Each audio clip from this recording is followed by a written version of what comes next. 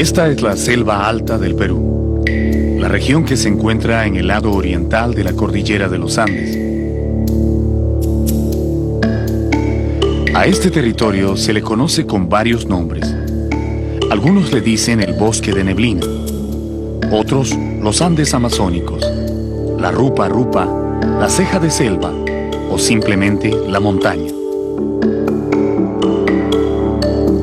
Aquí el relieve terrestre está formado por interminables montañas que tienen entre 1800 y 2500 metros de altitud, cubiertas de abundante y enmarañada vegetación y cortadas en hondos acantilados, al fondo de los cuales serpentean los ríos.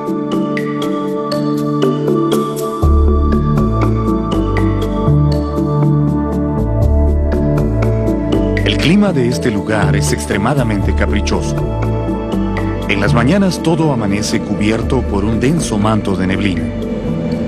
Al mediodía hace un calor intenso y en las noches el frío es casi igual al de la Puna.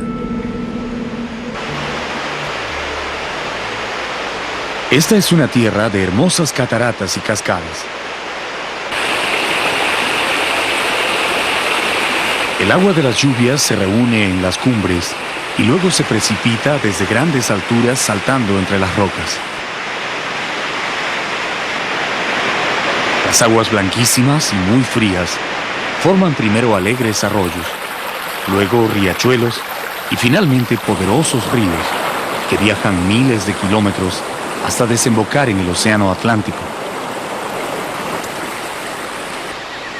A pesar de su agreste apariencia, el interior de estos bosques es un lugar hermoso y apacible, donde las plantas compiten en silencio por conseguir un poco de la luz que se filtra entre las copas de los árboles. Aquí crecen unos helechos gigantescos, con ramas tan anchas que parecen palmeras. Otros cuelgan suspendidos de los árboles, formando delicadas cortinas. Las bromelias se instalan sobre los troncos más altos para asegurarse algo de la luz, mientras que los líquenes cubren completamente las ramas de los árboles, dándoles un aspecto un tanto fantasmal.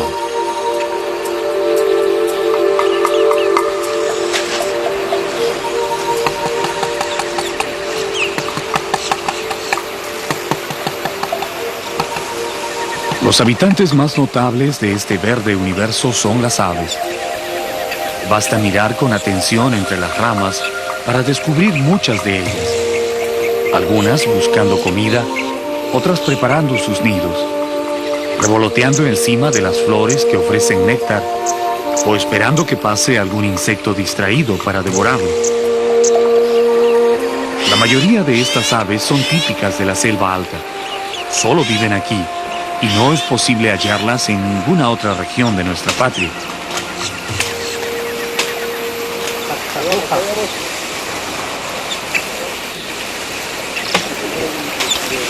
Caminar por el interior del bosque de neblina no es tarea fácil. Las ramas, hojas y raíces aéreas se entrecruzan, formando una barrera infranqueable que es necesario abrir a fuerza de machete. Una trocha apenas dura unos días, antes que la selva vuelva a cubrirla con nuevas plantas.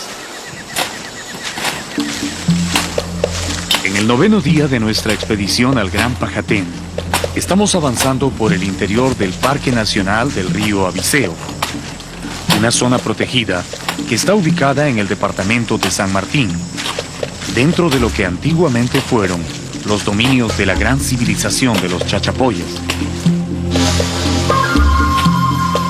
Entre todas las culturas que se desarrollaron en el territorio peruano antes de la época de los incas, los Chachapoyas fueron uno de los pocos que lograron habitar la selva alta, venciendo las enormes dificultades que plantea esta geografía. Los restos de sus poblados y centros ceremoniales todavía existen, escondidos en estas montañas, pero encontrarlos es un verdadero desafío para cualquier visitante.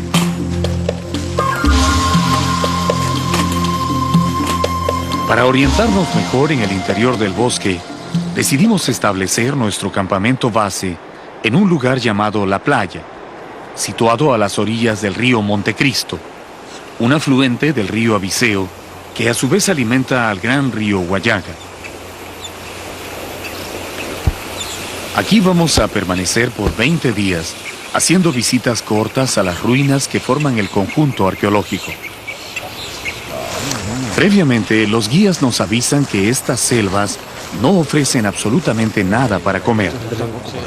Por eso, las provisiones que hemos traído deberán alcanzar no solo para nuestra estadía, sino también para el camino de regreso.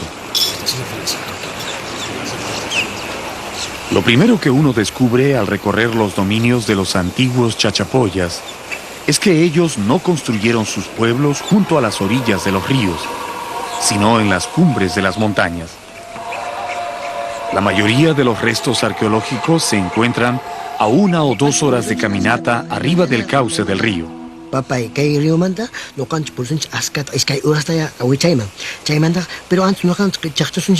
Mientras mastica unas hojas de coca, nuestro guía Rogelio dice que primero iremos al Gran Pajatén, que es el sitio más lejano.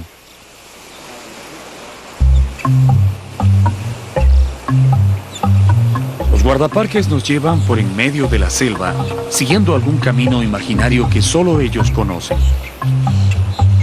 Luego toman por angostos desfiladeros que suben a lo más alto de los cerros.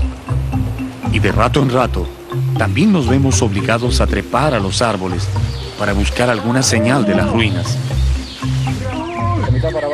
La vegetación es tan tupida que aún los guías más expertos pierden el rumbo por momentos.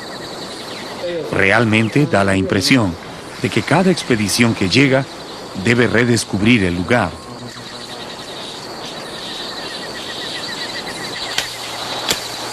En una de esas trochas, el arqueólogo Miguel Cornejo encuentra repentinamente algunos rastros de muros y escaleras de roca, escondidos entre la maleza. Avanzamos hacia allí y notamos que al lado de esa construcción continúan otras más, todas de piedra, recubiertas de musgo antiguo. Ahora sabemos que al fin hemos llegado al Gran Pajatén.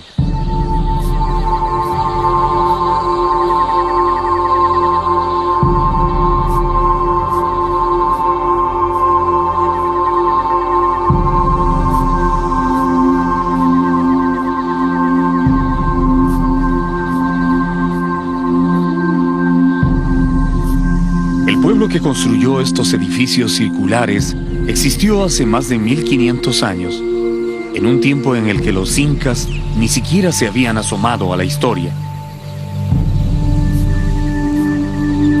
Estas construcciones son el testimonio de la presencia de los chachapoyas en la selva alta, la prueba de que fueron capaces de vivir aquí, levantar sus casas y adoratorios y, venciendo a la selva, cultivar la tierra para producir alimentos.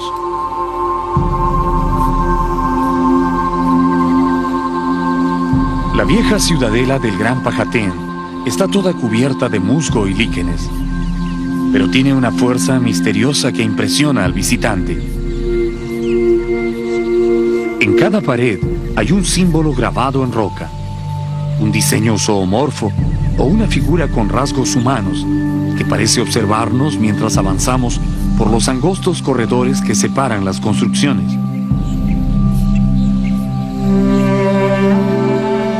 Aquí el tiempo parece haberse detenido esperando el regreso de los señores de estas tierras. Ni la selva ni los rigores del clima han podido destruir totalmente los recintos circulares. Después de 15 siglos, las paredes aún se mantienen firmes.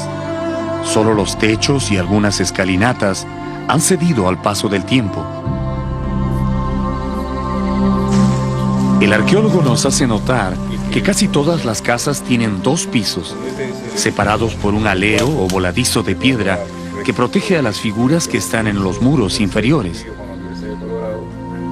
A pesar de que tuvieron que construir en un terreno tan irregular como es esta montaña, cada pared mantiene hasta ahora un nivel exacto.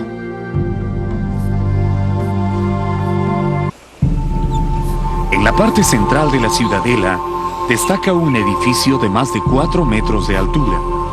con una imponente escalinata que hace suponer que fue un templo o un lugar de culto.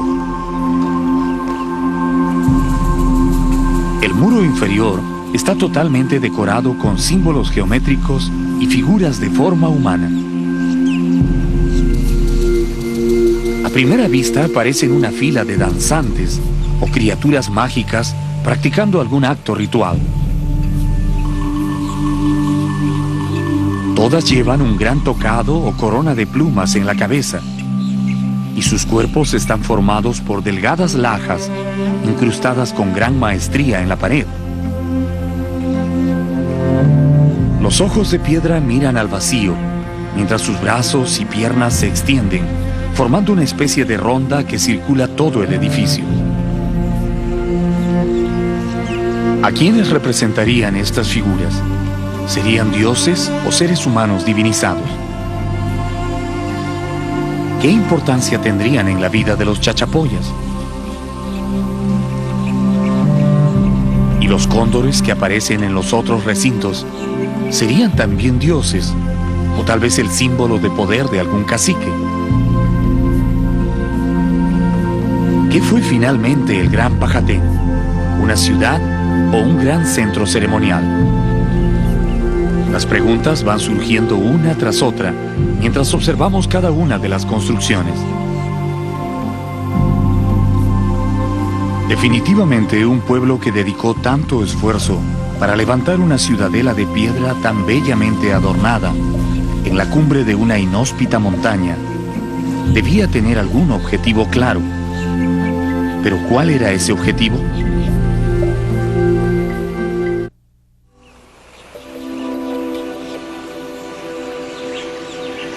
Desde los primeros días del descubrimiento de la ciudadela del Gran Pajatén, lo que más llamó la atención de los arqueólogos fue el audaz estilo arquitectónico utilizado por los antiguos chachapoyas.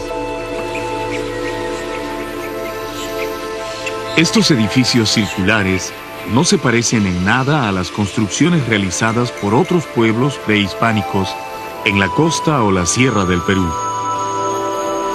Ni siquiera los incas tuvieron esta habilidad para decorar los muros de sus residencias. Las piedras con que levantaron las paredes son bastante comunes. Las pudieron encontrar fácilmente en los flancos de las montañas, donde abundan las canteras de roca arenisca, que es relativamente fácil de trabajar.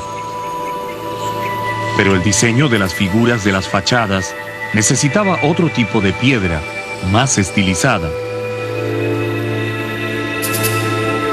Para eso recurrieron a la roca pizarra, comúnmente conocida como laja, muy resistente a la lluvia y los elementos. Ellos cortaron las lajas en forma de losetas y las fueron intercalando con gran maestría entre los muros, para dar forma a sus misteriosos personajes.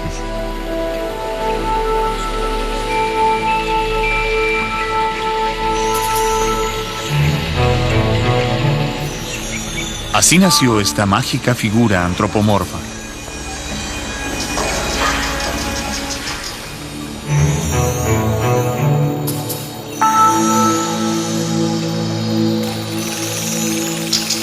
Y así también dieron vida a los cóndores que adornan varios de los muros.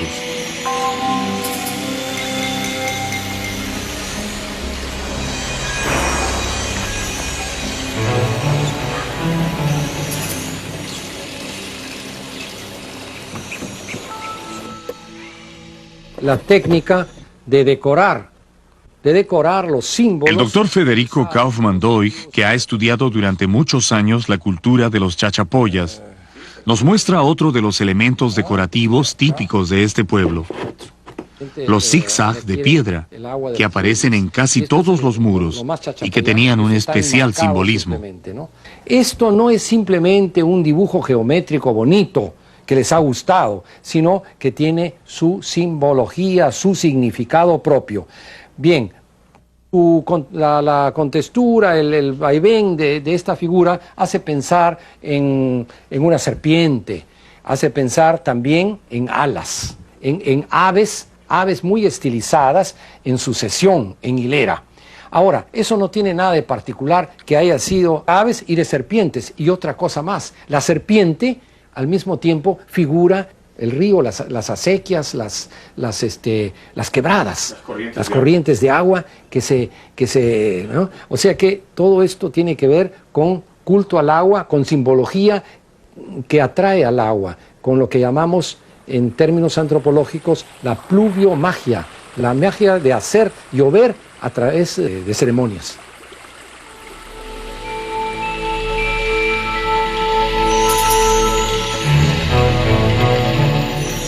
Según Kaufmann-Doig, el esmero que pusieron los constructores en la decoración de los edificios, sobre todo en los más grandes, indica que el Gran Pajatén no fue un asentamiento humano propiamente dicho, sino la residencia de una élite, un grupo de gente importante que se encargaba de la administración del trabajo y las ceremonias religiosas.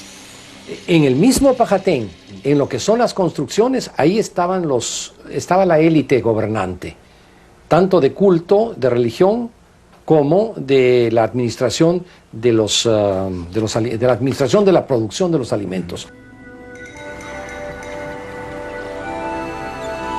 Como todas las civilizaciones a lo largo de la historia, la principal preocupación de los chachapoyas fue la producción de alimentos para atender las necesidades de su creciente población. Entonces, si rendían culto a algún dios, debería ser a aquel que podía hacer producir la tierra y multiplicar el ganado.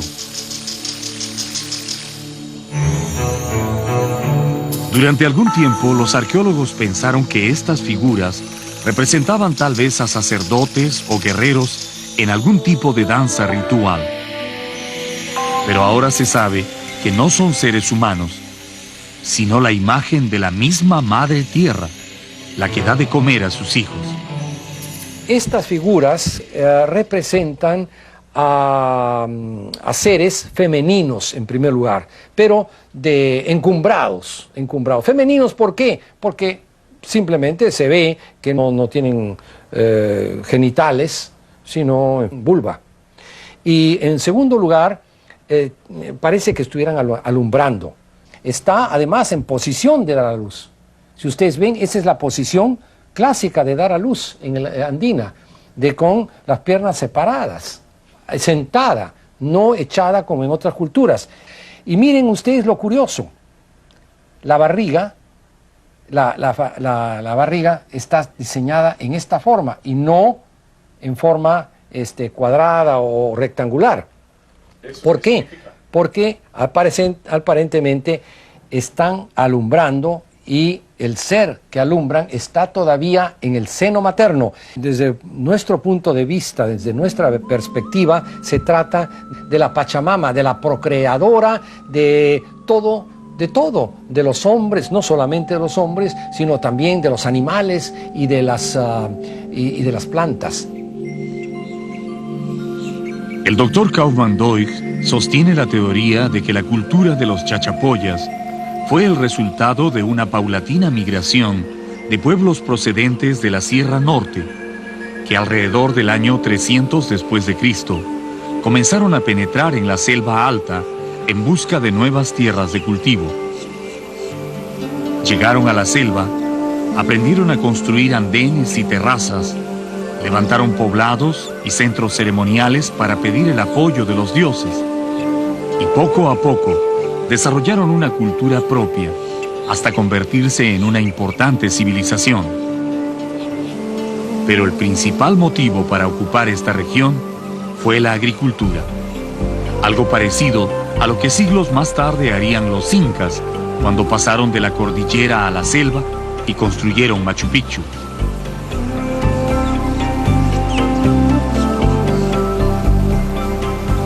¿Fue el Gran Pajatén el Machu Picchu de los chachapoyas? Efectivamente, parece que esa es la definición más correcta.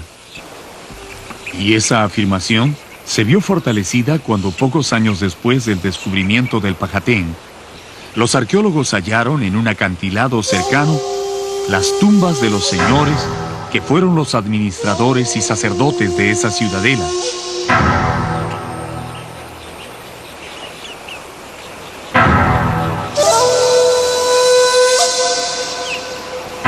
Una característica especial de los chachapoyas, aparte de su singular arquitectura, fue la costumbre que tuvieron de colocar las tumbas de sus difuntos en lugares altos y casi inaccesibles. El acantilado que conserva las tumbas del Pajatén está ubicado a 2.660 metros sobre el nivel del mar, en un farallón de roca viva, al cual se sube en 3 horas de difícil caminata. Estos mausoleos estuvieron escondidos por la vegetación durante cientos de años, hasta que fueron casualmente descubiertos por un grupo de huaqueros de Patás que buscaban tesoros precolombinos. Lo primero que se ve al llegar son los restos de los muros de adobe que protegían las tumbas excavadas en la roca. Detrás de estas paredes se colocaban las momias de los personajes. Realmente son tumbas sencillas, sin el esplendor que tenían los entierros de los grandes señores de la costa o la sierra. Sin embargo, el arqueólogo Miguel Cornejo, que nos acompaña en la visita, nos dice que estos restos pertenecen a una primera etapa en la historia de los chachapoyas. Cuando ellos progresaron y tuvieron un mejor nivel de vida en la selva alta, también pudieron construir mejores tumbas. Pero esas están más arriba.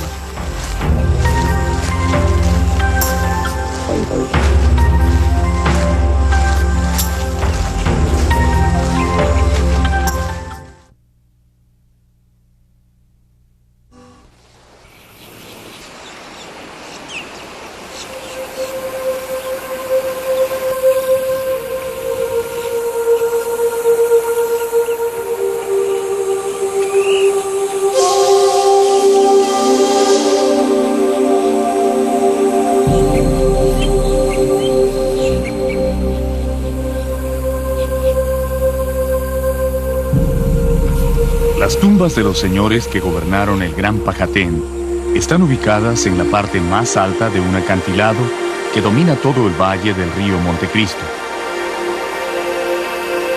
Desde arriba apenas se distingue la cinta plateada de este río, que hace años fue confundido con el río Pajatén. Realmente las ruinas deberían llamarse Gran Montecristo, porque están en este valle y no en el del Pajatén, que corre muy lejos, detrás de las montañas.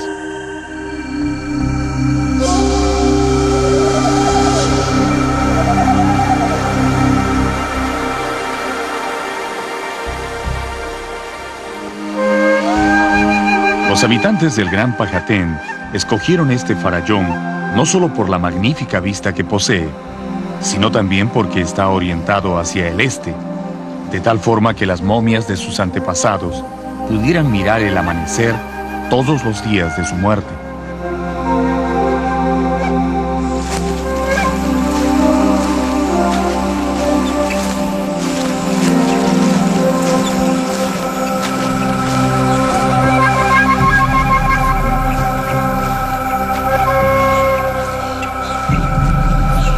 Desde el primer momento, uno puede darse cuenta de que estos mausoleos fueron construidos para sepultar a gente muy importante. La decoración y los colores de los muros tienen una elegancia especial, típica del estilo arquitectónico de los chachapoyas. Se trata de un conjunto de torreones circulares de 4 metros de alto, hechos de piedra y laja y hábilmente colocados en un refugio rocoso a más de 500 metros de altura sobre el terreno. Las construcciones están perfectamente adosadas a la pared de roca, que ha sido excavada para formar una especie de techo que las protege de las lluvias. Las ventanas servían para introducir los fardos funerarios y también para dar aire al interior de las tumbas, evitando el deterioro de las momias.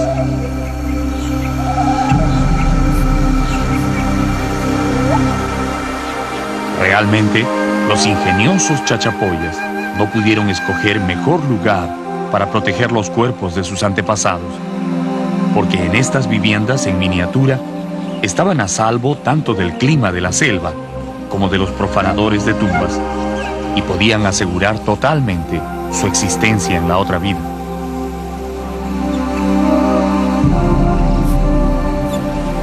Las paredes de estas construcciones estuvieron recubiertas con una arcilla pastosa pintada con colores amarillo y rojo bermellón, que es característico de todos los sitios fúnebres de esta cultura.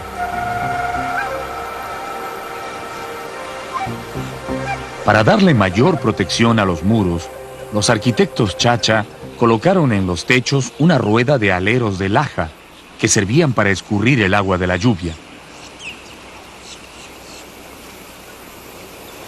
El detalle más impresionante de estos mausoleos, que causó el asombro de los arqueólogos, fue descubrir que una de las tumbas estaba adornada con 6 ídolos de madera, que representan varones desnudos con los genitales muy abultados.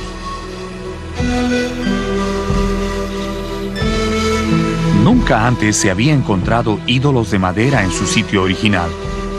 Casi siempre estos fueron saqueados por los huaqueros o habían sido destruidos en el pasado por los sacerdotes extirpadores de idolatrías, que perseguían estas figuras para destruirlas en nombre del cristianismo. Pero estos se salvaron milagrosamente gracias a su inaccesible ubicación en la selva alta.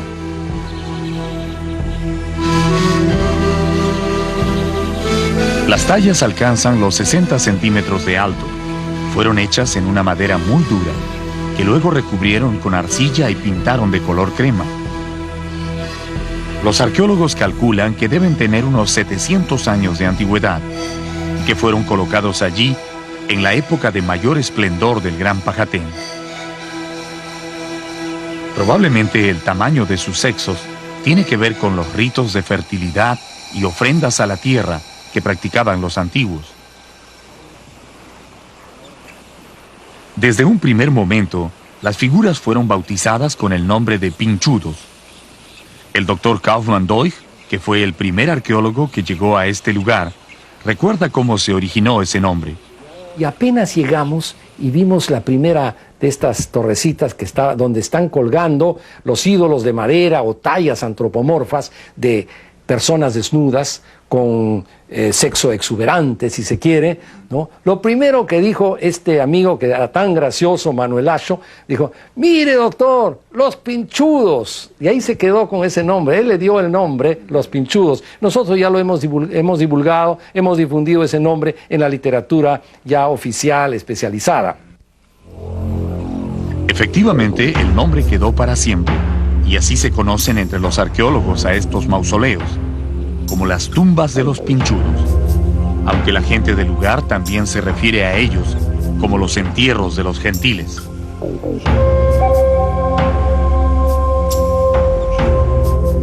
¿Cuánto tiempo y esfuerzo habrá costado a los antiguos chachapoyas construir estas cámaras funerarias? ¿Cómo subieron sus materiales hasta el acantilado? ¿Cuántas momias depositaron en los mausoleos? ¿Qué significaban para ellos los colores amarillo y rojo que aplicaron a los muros? Hay muchas preguntas que aún no tienen respuestas. Lo único que se sabe con certeza es que fue su enorme respeto por los muertos y su firme creencia en la otra vida lo que los llevó a proteger con tanta devoción los cuerpos de sus personajes importantes.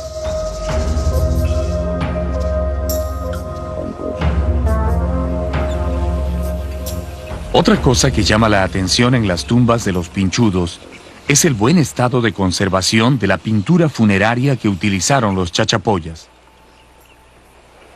Aún hoy, después de 700 años y del destructivo clima de la selva, todavía mantiene su color y su brillo. ¿De qué estaría hecha?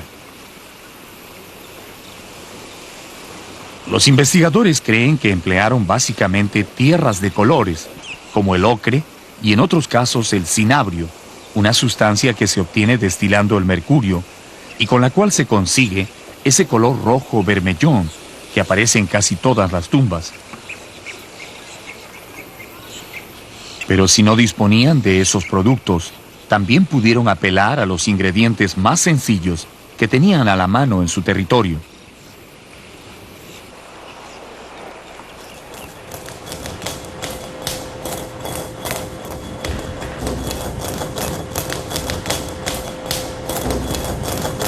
El profesor Boris Márquez, experto en arte precolombino, nos enseña una técnica que pudo haber sido usada para fabricar pintura funeraria en ese tiempo. El primer ingrediente son las semillas de achiote, una planta muy común en la región de la selva.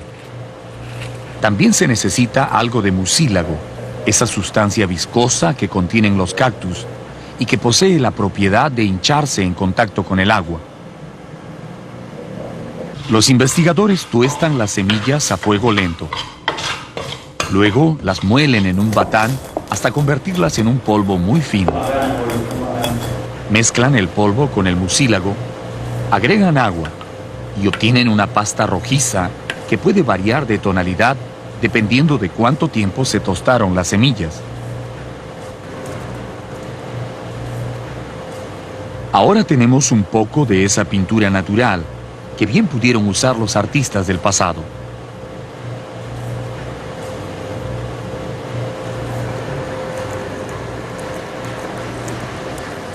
Boris la prueba trazando algunos de los diseños geométricos que fueron tan típicos del pueblo chacha y se muestra satisfecho con el resultado. ¿Pero será tan durable como los pigmentos de los chachapoyas? Bueno, habría que esperar 500 años para saberlo.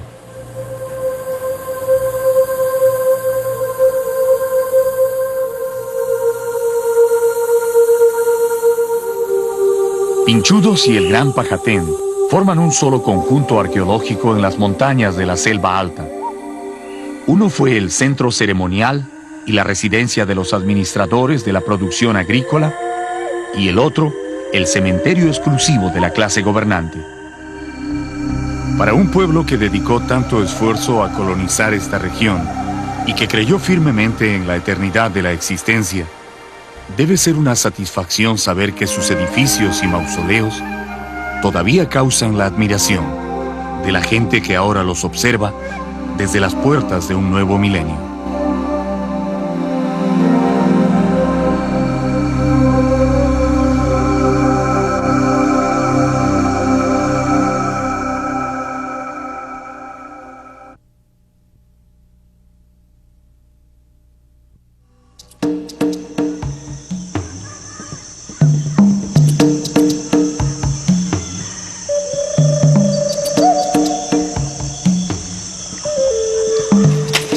Después de visitar las ruinas del Gran Pajatén y los Pinchudos, los guías nos conducen por una red de trochas casi invisibles que bordean las montañas y descienden al cauce del río Montecristo.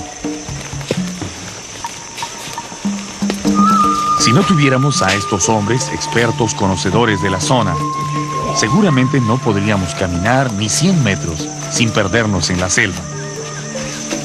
Ellos también llevan las provisiones que vamos consumiendo según avanzamos en nuestra exploración.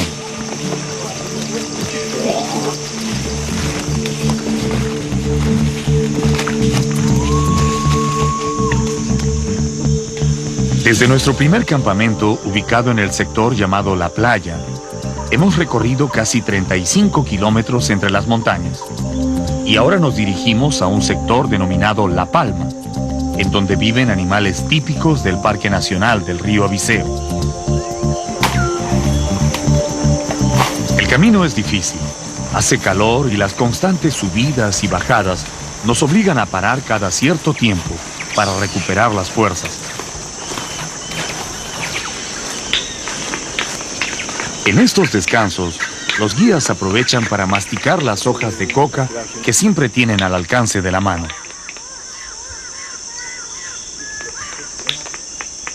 La mayoría de estos hombres vienen acompañándonos desde la Sierra de Patás.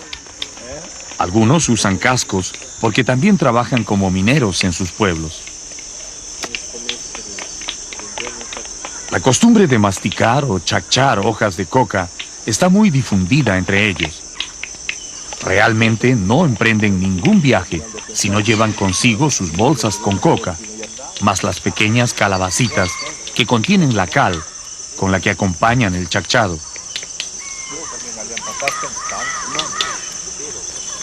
Al acto de masticar la coca, ellos le dicen bolear, probablemente por las bolas que se forman en sus mejillas cuando lo hacen. Durante el viaje, hemos aprendido que nuestros guías no miden las distancias en horas ni kilómetros, sino por cuántas boleadas se necesitan para llegar a un lugar.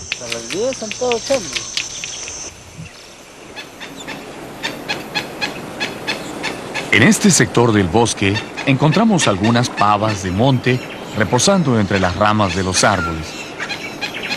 Son muy tímidas, probablemente por la intensa cacería de que han sido objeto. Aquí también abundan las tucanetas y los trogones, aunque todos tratan de camuflarse lo mejor que pueden entre el follaje.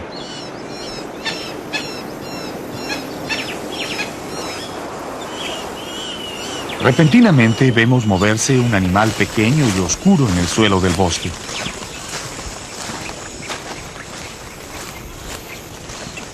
Parece que va rastreando algún olor o buscando algo para comer entre las plantas. Se trata de un picuro, un roedor que solo vive en las montañas de la selva alta y al que también le dicen agutí.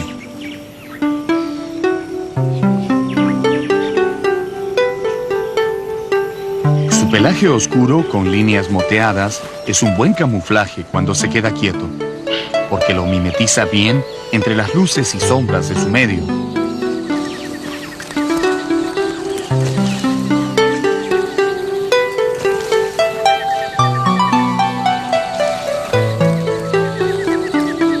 Los picuros son animales esencialmente nocturnos, pero a veces salen a buscar comida en el atardecer, exponiéndose a ser capturados por los jaguares, que son sus peores enemigos.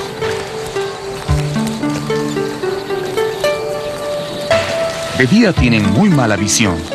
Sin embargo, eso no les impide encontrar sus hojas favoritas para alimentarse.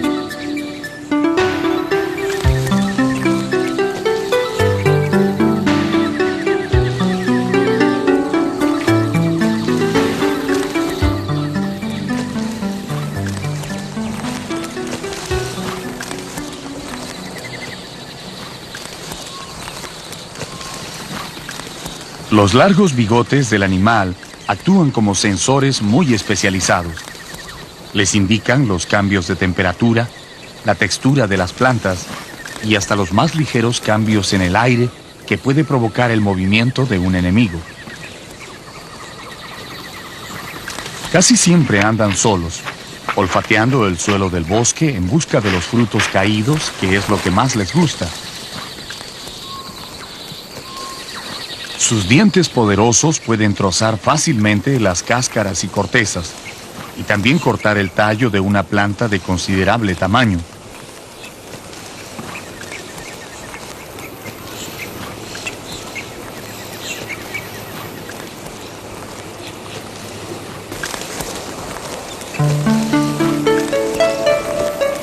De rato en rato se quedan muy quietos, como escuchando los sonidos del bosque, antes de decidir en qué rumbo continuar. Luego prosiguen su camino. A diferencia de la mayoría de las especies de roedores que se reproducen con mucha rapidez, el picuro solo tiene una cría 2 veces al año. Por eso su población está amenazada. Felizmente, en el parque del río Viseo, la caza está prohibida y este agutí puede caminar tranquilo. Aquí el hombre es su amigo. Solo debe cuidarse de los jaguares.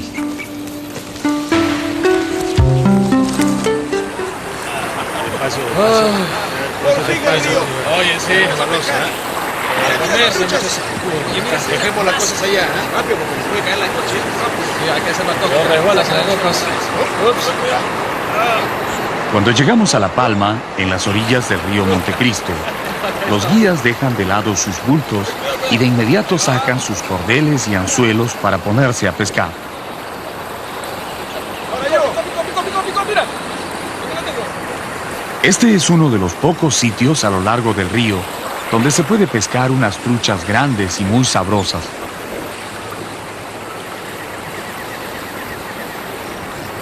Pronto los pescadores están sacando peces y preparándolos para el almuerzo.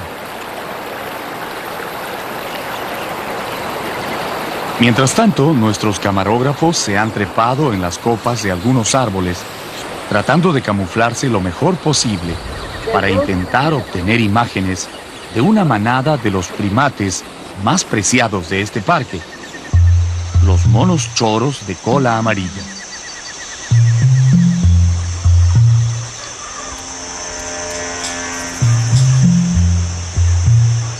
A comienzos del año 1802, el científico alemán Alexander von Humboldt descubrió, viajando por la selva alta del Perú, la existencia de un mono muy peludo, hasta entonces desconocido por la ciencia. Realmente solo vio una piel, usada como cojín de montura, que le mostraron los campesinos de Jaén en el departamento de Cajamarca. Pero en esa piel notó un curioso mechón de pelos amarillos a la altura del nacimiento de la cola. Humboldt lo bautizó como Simia flavicauda, es decir, mono de cola amarilla. Y aunque nunca lo vio vivo, los científicos supieron desde entonces que en los bosques de neblina del Perú había una especie de mono diferente que no habita en ningún otro sitio del planeta.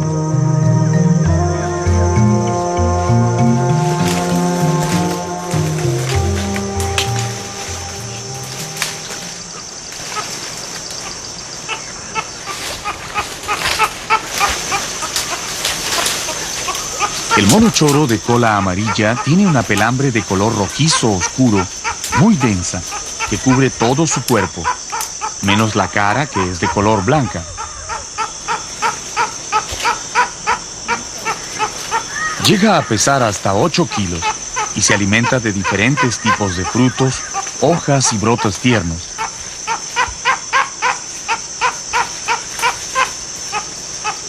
Lo más característico de su anatomía es precisamente ese mechón de pelos amarillos cerca de la cola, que lo diferencia de los monos choros comunes.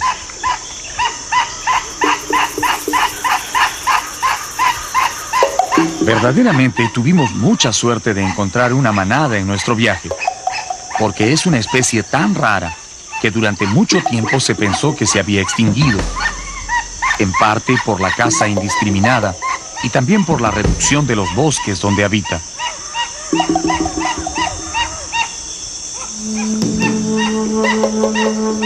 Desde la época de Humboldt hasta mediados de 1900, los científicos siempre habían hablado de él, pero ninguno lo había visto con sus ojos.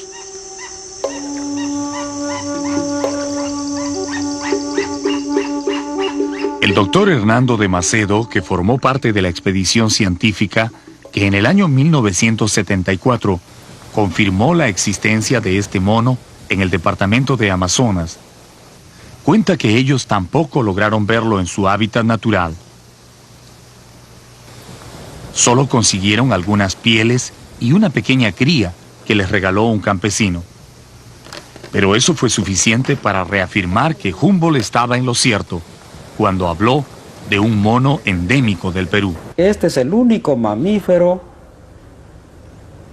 mayor que existe únicamente en el Perú. Hasta ahora no tenemos datos de que se extienda hacia Ecuador u otras regiones. Y entonces le consideramos como el único mamífero exclusivo o endémico del Perú. Mientras exista el Parque del Abiseo y se respete la ley de no cazar en estas tierras, el mono choro tendrá una posibilidad de seguir viviendo. De no ser así, el único mono totalmente peruano podría volver a desaparecer, pero esta vez sí para siempre.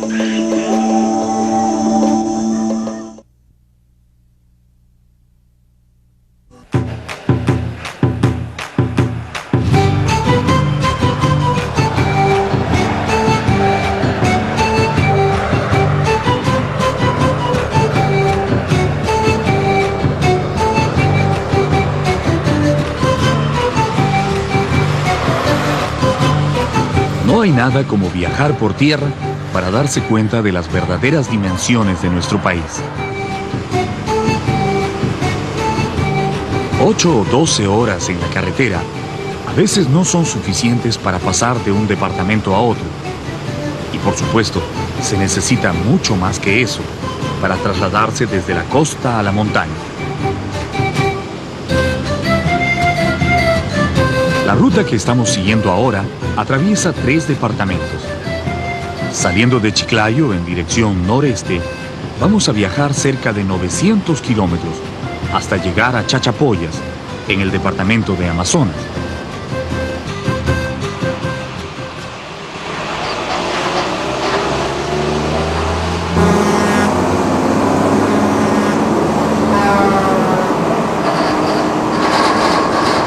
Al cruzar el puente de Corral Quemado sobre el río Marañón, el paisaje costero comienza a cambiar y nuevamente nos reciben las montañas de la selva alta. Estamos reingresando al territorio de los antiguos Chachapoyas, pero esta vez por el sector norte.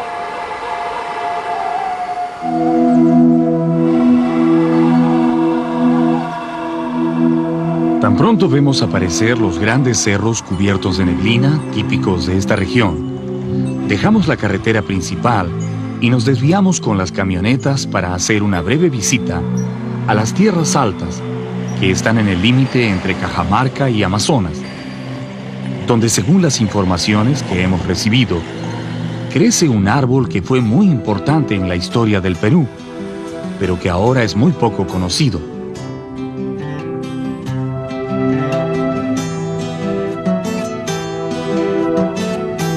Hace muchos años, los cerros que vemos aquí estaban cubiertos de abundante vegetación. Miles de árboles de romerillo, nogal, tornillo, moena, guayacán y otros cubrían las colinas, formando apretados bosques naturales, dentro de los cuales habitaba una innumerable fauna silvestre. La necesidad de conseguir mayores tierras de cultivo para alimentar a la creciente población de las ciudades llevó a los campesinos de la zona a cortar poco a poco los bosques para convertirlos en chacras, hasta que finalmente todos los cerros quedaron pelados, con solo algunos retazos de bosques como recuerdo. En estas colinas la tierra no es buena. Con las justas produce durante 2 o 3 años y luego pierde toda su fuerza. Así que no queda más remedio que seguir talando bosques para hacer más chacras. Árboles que tardaron 40 o 50 años en desarrollarse son cortados permanentemente para dejar paso a nuevos campos de cultivo. Cuando llegue el día en que esta tierra ya no sirva más para la agricultura, los campesinos se irán a otras regiones a seguir talando, pero los bosques nunca más podrán recuperarse. De esa forma se han perdido miles de hectáreas de selvas vírgenes en el Perú, y junto con ellas, árboles que eran muy valiosos para la humanidad. Al lado del romerillo, el nogal y la moena, hace mucho tiempo crecía en estos bosques un árbol muy alto, de hojas anchas, ramas elegantes y copa redondeada. Un árbol al que todos aprendimos a reconocer desde niños, porque lo vimos dibujado en el escudo nacional como el mayor símbolo vegetal de nuestra patria. ¿Lo recuerdan? Es el árbol de la quina, el árbol nacional del Perú. El árbol de la quina, al que los pobladores de la Sierra Norte también le dicen cascarilla, crece hasta los 15 metros de altura y a veces un poco más cuando está dentro del bosque. Sus hojas grandes y verdes cambian de tonalidad cuando van envejeciendo, tornándose de un color rojo intenso. Este árbol produce unas flores diminutas y muy bellas, y unas semillas tan delicadas que si no encuentran buenas condiciones para germinar, mueren en muy corto tiempo. Pocos peruanos recuerdan la tremenda importancia que tuvo en el pasado el árbol de la quina. Cuando millones de personas morían infectadas por las fiebres de la malaria o el paludismo, que arrasaba pueblos enteros sin salvación posible, el Perú ofreció al mundo la corteza de este maravilloso árbol, de la cual los científicos obtuvieron la quinina, un alcaloide que se convirtió en la mejor medicina contra esa enfermedad. Imagínense, el Perú era un país privilegiado porque teníamos una planta que curaba un mal mundial que acababa más que las batallas. Los ejércitos se acababan más por paludismo que por la propia batalla. Que por las propias guerras. Y la cascarilla peruana fue la que salvó a esos ejércitos y al mundo entero del paludismo. Para obtener la quinina, los pobladores de la ceja de selva cortan trozos de la corteza. La mezclan con aguardiente y miel y la dejan macerar por varios días.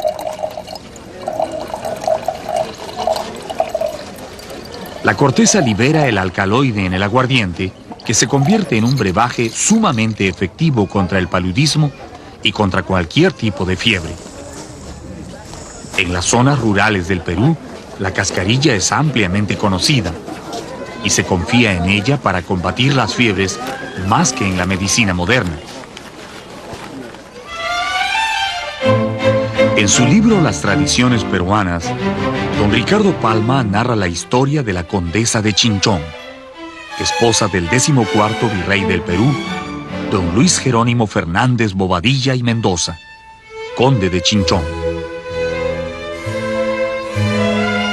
Dice la historia que a las pocas semanas de haber llegado a Lima, la condesa fue atacada por unas fiebres altísimas de naturaleza desconocida que la pusieron al borde de la muerte. Los médicos que acudieron a atenderla reconocieron de inmediato los síntomas de la enfermedad del paludismo o terciana, muy común en el Valle del Rímac en aquel entonces. Incapaces de curarla, comunicaron al virrey que debía prepararse para lo peor, pues ningún paciente que ellos conocieran había logrado salvarse de esa infección. Cuando ya las campanas de Lima doblaban en medio de oraciones y lamentos, un sacerdote jesuita se presentó en el palacio y pidió ver a la enferma. Traía consigo una pócima que de inmediato hizo tomar a la condesa, ante la atenta mirada del virrey y el médico de cabecera. Durante 2 noches seguidas bebió la cascarilla, hasta que al tercer día se levantó milagrosamente curada. En recuerdo de esta historia y de la bella condesa de Chinchón, el nombre científico del árbol que la había curado sería en adelante Cinchona officinalis. Las propiedades curativas del árbol de la quina se difundieron rápidamente por todo el mundo. Gracias a ella, la Iglesia Católica pudo quedarse en Roma, ciudad que iban a abandonar cuando una epidemia de malaria mató a 27 cardenales en el año 1629. Solo la quinina peruana pudo detener esa epidemia. También curó al Delfín, el hijo de Luis XIV, rey de Francia. Y durante la Segunda Guerra Mundial, salvó la vida de miles de soldados norteamericanos que peleaban en las islas del Pacífico, infectadas de malaria. Realmente nunca ha existido una planta que haya prestado tantos servicios a la medicina como el árbol de la quina. Por eso aparece con orgullo en el escudo nacional del Perú.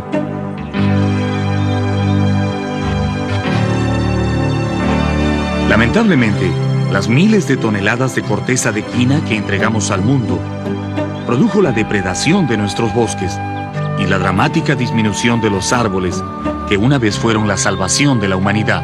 En la guerra mundial, en la Segunda Guerra Mundial, el Perú, que era un país beligerante en ese momento, que le había declarado la guerra al eje, entregó como parte de su colaboración al esfuerzo militar grandes cantidades de corteza peruana, y eso produjo la depredación de la quina. Por eso ahora no encontramos quina, porque todos los dimos a favor de la libertad que significaba la lucha contra el eje. Cuando el naturalista Antonio Raimondi escribió sobre el árbol de la quina, explicando sus características y propiedades curativas, informó que se le podía encontrar en varios departamentos del Perú, entre los 1100 y 2200 metros de altura sobre el nivel del mar, especialmente aquí en la ceja de montaña. Pero eso fue hace más de 100 años. En la actualidad hay que tener mucha suerte para encontrar uno. Desde que los científicos lograron producir quinina artificial, la cascarilla fue cayendo en el olvido y el Estado descuidó la protección de los quinales, al punto que ahora, por la tala indiscriminada de bosques, nuestro árbol nacional está prácticamente en camino a la extinción. Esta es la cinchona officinalis, es el escudo, ¿no? Entonces es una especie que tiene la tendencia a desaparecer. Y de las 17 especies, hay unas que ni siquiera se sabe nada. Yo estoy colectando de estas, siquiera esta estoy encontrando. Por ejemplo, el Esertiana, yo he viajado a Tabaconas, en San Ignacio, y ya no hay ya. La quinina sintética ha ayudado a controlar las epidemias de malaria en el mundo. Pero los científicos han descubierto que en algunos lugares están apareciendo formas de paludismo tan resistentes que solo se pueden combatir con la corteza peruana. Entonces es nuestra responsabilidad conservar los árboles para tenerlos a nuestro alcance cuando nosotros mismos o el resto de la humanidad vuelva a necesitarlos.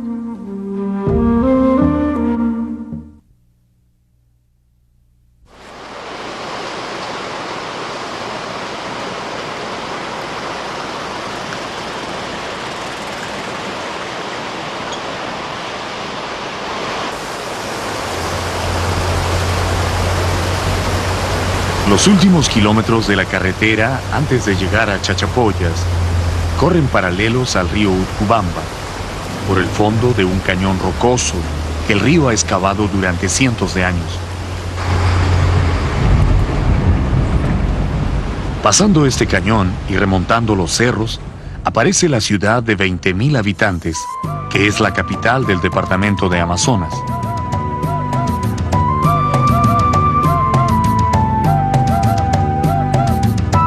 Lo primero que uno descubre al llegar a Chachapoyas es que es una ciudad de altura.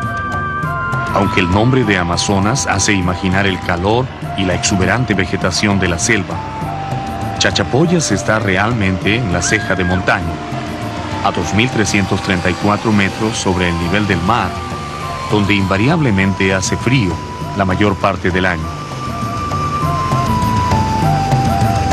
La ciudad se extiende sobre una amplia meseta rodeada de suaves colinas muy verdes y permanentemente cubiertas de neblina. Esta es una ciudad más española que andina. 500 años atrás no existía como centro poblado. Era solamente una planicie desierta, donde los antiguos dueños de estas tierras cultivaban maíz, frijol y algo de papas. Si pudiéramos retroceder 900 años en el tiempo, veríamos que Chachapoyas no era una ciudad, sino una enorme región situada entre los ríos Marañón y Guallaga y controlada por una poderosa cultura que fueron los Chachapoyas. En ese tiempo no habían ciudades, sino yachtas, grandes provincias controladas cada una por un poderoso cacique, pero totalmente independientes entre sí. Los cronistas dicen que eran como pequeños reinos o señoríos, asentados principalmente a lo largo del río Utcubamba, todos con el mismo idioma, las mismas costumbres y forma de producir la tierra, que ocasionalmente se juntaban para las ceremonias religiosas o para defender sus dominios del ataque de pueblos enemigos, pero siempre manteniendo su autonomía. Los Chachapoyas se caracterizaron por ser grandes guerreros, de extraordinario valor y ferocidad. Una crónica antigua dice sobre ellos: y eran muy belicosos indios, bravos guerreros y fuertes. Cada uno de ellos se embestían como leones, y si le mataba al contrario, le sacaba el corazón y lo comían, de puro bravo y fuerte guerrero y capitán.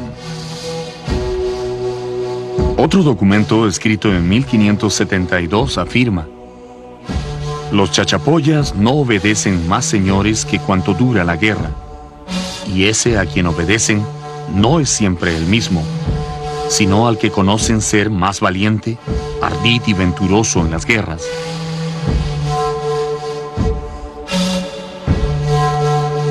Entre todas las antiguas yachtas de los chachapoyas, hubo una que se puede considerar como la más grande e importante de su tiempo. Esa fue Cuélap, una ciudad amurallada que ha resistido el paso del tiempo y sobrevive hasta hoy como testimonio del glorioso pasado de esa cultura. Para acercarse a la historia de los chachapoyas, lo mejor es empezar con una visita a la majestuosa ciudadela de Cuélap.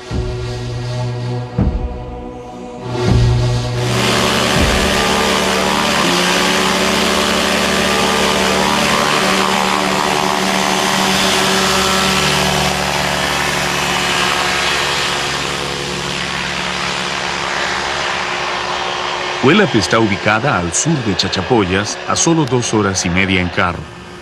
Pero nosotros decidimos ir por el aire para conocer mejor el paisaje del valle del río Utcubamba. Volando a 800 metros de altura sobre el terreno, observamos la delgada línea de la carretera que deben recorrer los que van a Cuélap por tierra. Y también interminables cerros, totalmente cubiertos de campos de cultivo. Los campesinos aprovechan cada espacio de tierra para sembrar. Desde la base hasta la cumbre de las montañas, todos son chacras. Antiguamente eran bosques, inmensos bosques de la ceja de selva. Pero la agricultura cambió el paisaje y lo seguirá cambiando mientras la población continúe aumentando y se necesite producir más y más alimentos. A 2.300 metros de altura, los vientos de las montañas estremecen nuestro frágil motor Delta. Pero el piloto lo mantiene firme en la ruta, mientras buscamos con la vista la antiquísima ciudad que hemos venido a visitar. Si no fuera porque ya nos habían hablado sobre la increíble ubicación de Cuélap en la cumbre de una montaña, tal vez nos hubiéramos pasado de largo.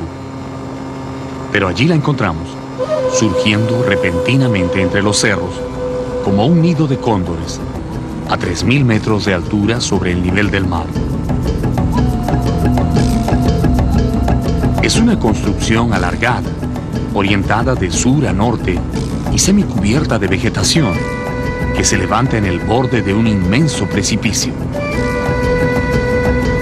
Desde arriba se puede distinguir claramente los enormes muros que rodean la ciudad, dándole la apariencia de una fortaleza, y también los torreones de vigilancia situados uno en cada extremo. ¿A quién se le pudo ocurrir construir un pueblo al borde de un peligrosísimo barranco y tan lejos del río que es la única fuente de agua?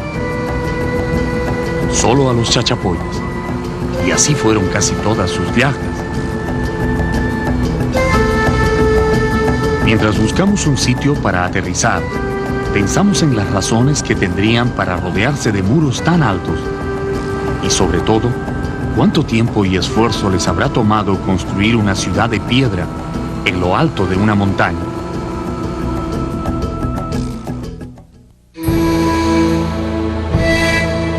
Cuando se habla de Cuélap, generalmente se le califica como una fortaleza, pero lo correcto es definirla como una ciudad fortificada, porque eso es lo que fue, una ciudad o yachta donde llegaron a vivir hasta 4.000 personas en su época de mayor esplendor. Los arqueólogos calculan que debió construirse en el año 900 de nuestra era, y probablemente estuvo habitada hasta 1470, cuando los incas llegaron a someter violentamente a los chachapoyas.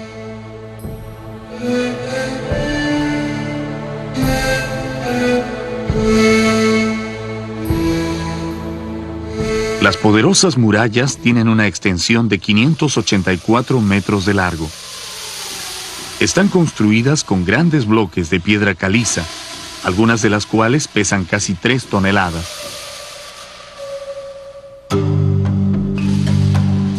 En los sectores mejor conservados, el muro alcanza los 20 metros de altura.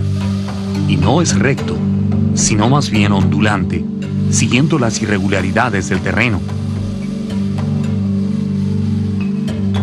Esa ondulación hace que a primera vista no se vean las puertas, pero están allí, y son 2, muy altas y angostas, las únicas por donde se puede ingresar al edificio, a menos que sea escalando las murallas.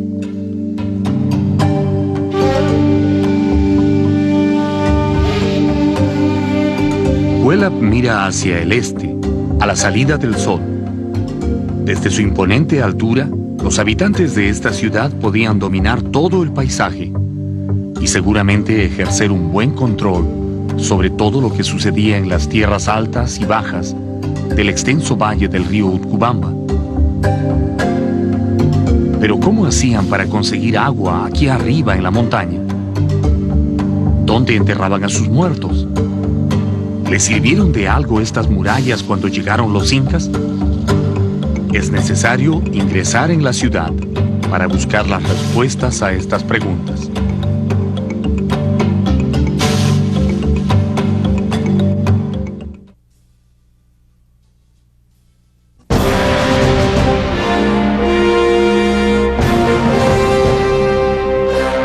La portada principal de Cuélap es tan imponente como sus sólidas murallas.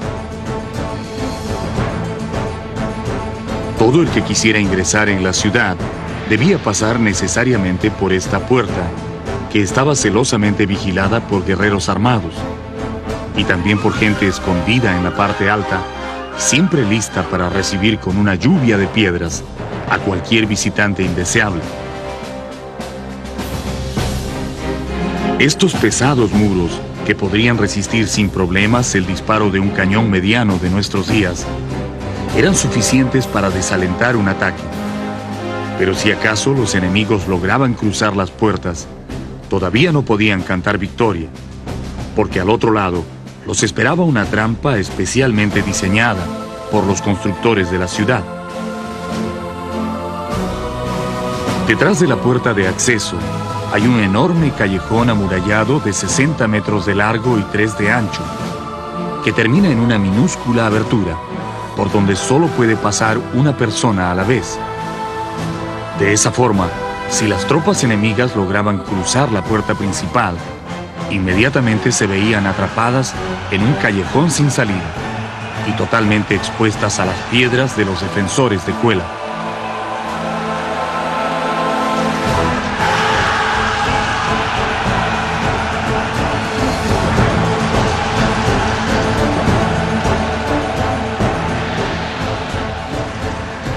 El interior de la ciudad conserva hasta hoy la fuerza espiritual de sus antiguos habitantes.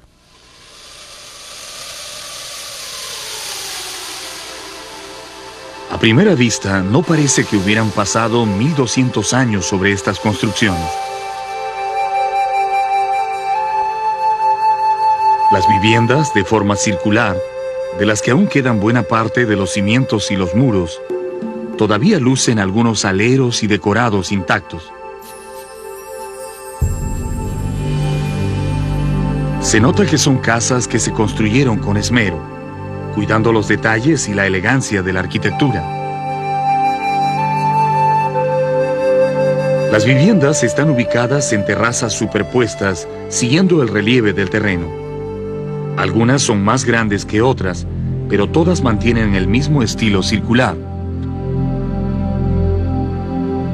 Los edificios públicos se diferencian de las casas comunes por su mayor cantidad de frisos y decorados, hechos principalmente con lajas incrustadas en los muros, que son típicos de la cultura chachapoyas.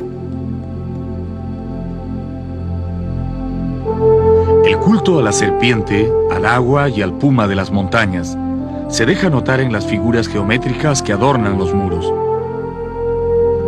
¿No son estos rombos los ojos estilizados de un felino? ¿Y estas líneas en zigzag no recuerdan acaso el cuerpo de una serpiente?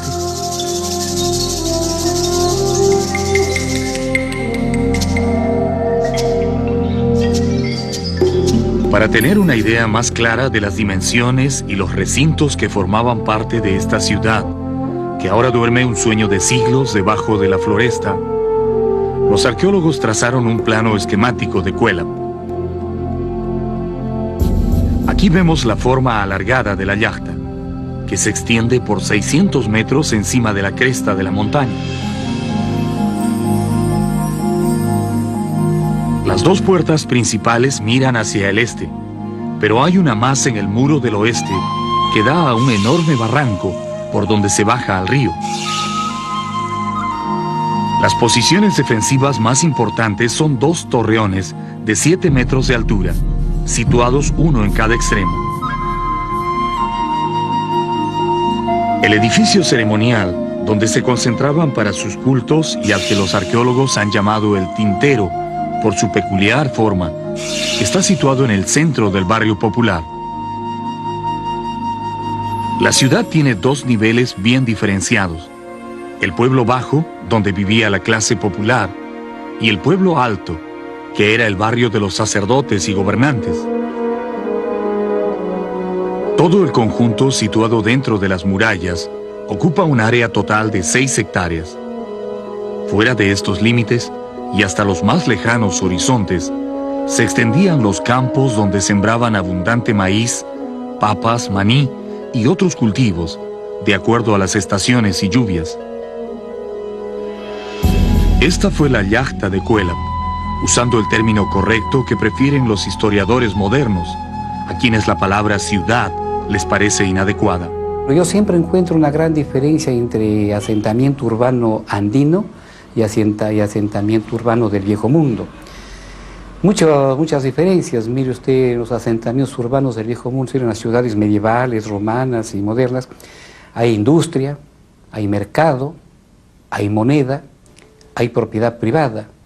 En cambio, en los asentamientos urbanos andinos no hay industria, no hay mercado, no hay moneda y no hay propiedad privada. Es totalmente al revés. Por eso yo sostengo que mejor es denominarles con el nombre que los antiguos peruanos conocían sus asentamientos urbanos: yactas. Una cosa que llama poderosamente la atención en Cuélap es el problema del agua. Los arqueólogos no han encontrado evidencias de grandes depósitos ni acueductos que abastezcan a la yachta. ¿De dónde sacaban entonces el agua para 4.000 habitantes? Todas las yactas chachapoyanas tienen esa enorme dificultad. Para nosotros, qué terrible, que no podemos caminar esas enormes cuestas. Pero para ellos no, estaban habituados, acostumbrados. Su musculatura estaba hecha para eso, sobre todo las mujeres, porque son las mujeres las que acarreaban agua. Ellas bajaban, demorándose muchas horas. Hasta los ríos. Hasta las partes más bajas. Después ascendían, demorándose el doble, el triple de tiempo, llevando el agua en porongos, en cántaros. Esto lo sabemos también por los documentos. ¿Fueron los habitantes de Cuélap un pueblo rico en términos de productos agrícolas, textiles o ganadería? Las informaciones históricas dicen que sí.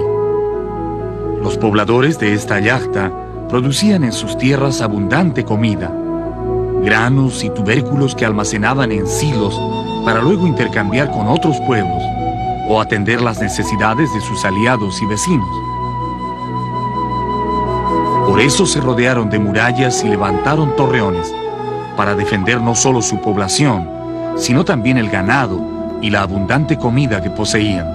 Porque los chachas estaban rodeados por un lado por los aguarunas y los huambizas, que son de la floresta. De otro lado estaba la gran cultura cajamarca, que al otro lado del Marañón evidentemente asediaba hacia una zona que daba acceso hacia la floresta. Y de otros grupos como los chimú, que siempre estuvieron o intentaron penetrar a esta área clave para el control de la Amazonía. Esa riqueza agrícola de los habitantes de Cuélap fue lo que siglos más tarde provocaría la codicia de los incas del Tahuantinsuyo, que enviaron a sus mejores ejércitos para conquistarlos. Una de las características de los incas fue conquistar a pueblos de alto nivel cultural. Jamás se aventuraron a anexar al Tahuantinsuyo a pueblos cazadores, recolectores, nada de eso. Los incas siempre se iban en pos de pueblos que supieran trabajar y crearan rentas al Estado. En el trabajo de investigación del pasado de los chachapoyas, los arqueólogos descubrieron que los gigantescos muros que rodean a Cuélap no solo servían para defender a la yacta, sino también se utilizaban como cementerios. En todo el perímetro de la muralla se han encontrado más de 100 tumbas colectivas, algunas muy antiguas que se sellaron en el momento de la construcción, y otras disimuladas entre las rocas que fueron usadas durante los años de funcionamiento de la ciudad. El muro exterior es en realidad un gigantesco cementerio.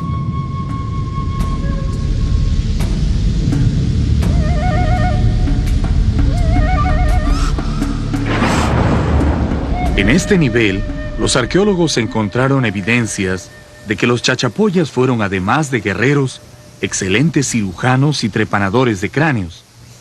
Es decir, podían reparar fracturas en los huesos de la cabeza. En sus investigaciones en Cuélap, el doctor Arturo Ruiz Estrada encontró numerosos cráneos exitosamente intervenidos por los cirujanos de Cuélap. Cuélap también, como ciudad, fue un gran centro de cirugía. Hubo una escuela de cirugía en Cuélap y naturalmente que en toda esta área que probaron los chachas. Y esas técnicas, naturalmente, que pueden equipararse con aquellas que utilizaron los paracas o los cusco, en fin, otras sociedades del mundo andino. Entonces, esto es sorprendente porque en el Perú siempre se ha considerado que habían solamente unas pocas regiones de trepanadores. Cuélap fue la yacta más grande y la más desarrollada de la civilización de los chachapoyas. Su prestigio de ciudad próspera y densamente poblada llegó a ser conocido aún más allá de los dominios de los chachas. Pero un día, esa fama llegaría a los oídos de los incas y de su más famoso conquistador, el general Túpac Yupanqui, quien no se detendría hasta conquistarla.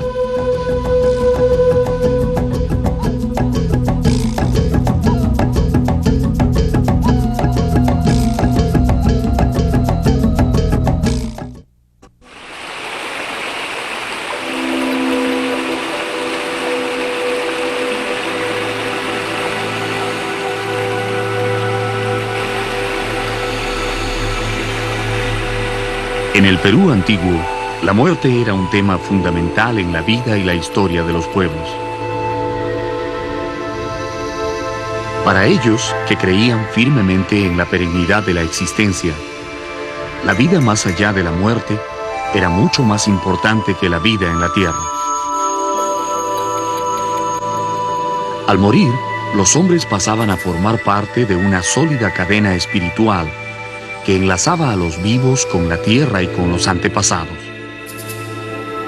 Un pueblo sin antepasados simplemente no existía, porque no tenía nada que lo sujete a la tierra.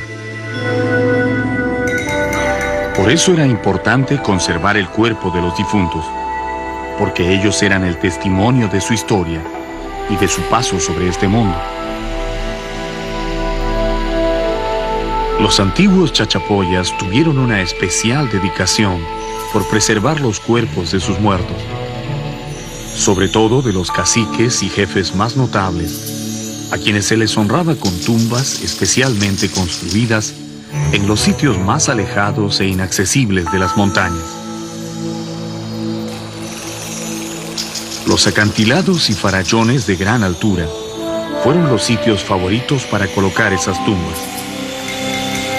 Hasta hoy resulta difícil comprender ¿Cómo hicieron para llevar sus momias a sitios tan altos y peligrosos, donde no existen caminos ni vegetación en la cual sujetarse? Al norte de la ciudad de Chachapoyas, a 2 horas en carro, en un lugar llamado Caclic, hay un gran cerro rocoso que se levanta imponente sobre el valle del río Utcubamba. En la parte alta de este cerro se encuentra un conjunto de tumbas muy hermosas que datan de la época del apogeo de la cultura de los chachapoyas. Desde abajo es imposible distinguir algo. Solo se notan las rocas desnudas que parecen totalmente inalcanzables. Exactamente el tipo de sitio que escogían los chachas para ocultar sus mausoleos.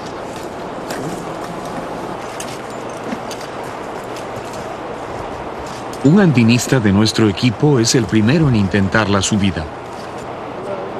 Utilizando cuerdas, seguros de roca y un sinfín de artificios de alpinismo, logra llegar hasta un alero rocoso a mitad del cerro.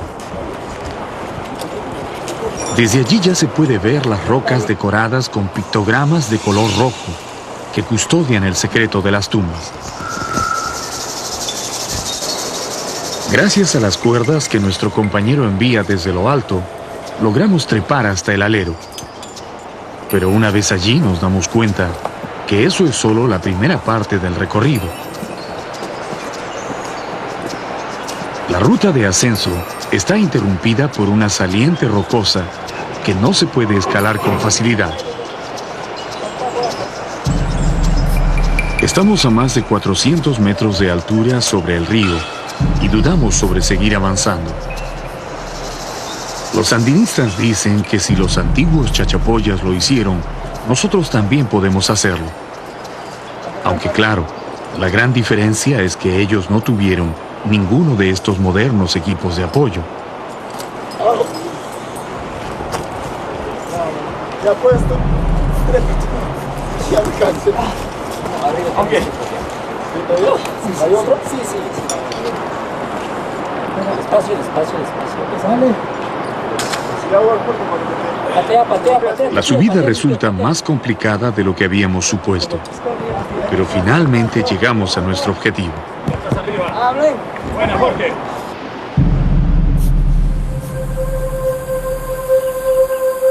Estas tumbas, hechas de barro, conservan los restos de personajes que existieron hace muchos cientos de años y que fueron muy importantes para los antiguos chachapoyas. Realmente, más que tumbas, lo que vemos aquí son sarcófagos, porque están colocados encima y no debajo del suelo, y también porque tienen una forma humana. Parecen unos hombres gordos y apacibles, sentados en silencio eterno, mirando para siempre hacia el este, a la salida del sol. En sus vientres abultados y pintados de rojo estaban escondidas las momias, de las que ahora solo quedan huesos y algunos restos de cerámica.